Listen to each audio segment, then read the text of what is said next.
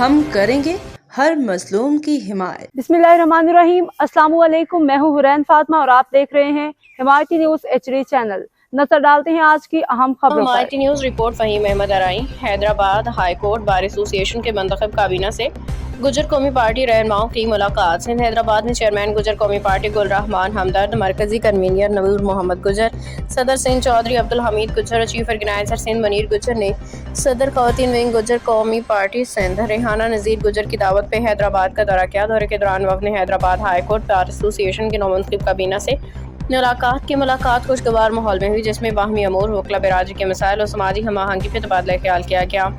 इस मौके पर Hyderabad High Court Bar association की जानिब से मुअज़्ज़ज़ मेहमानों को सिंध के सकाफती रिवायत के मुताबिक अजरक और चादरें पहनाई गई।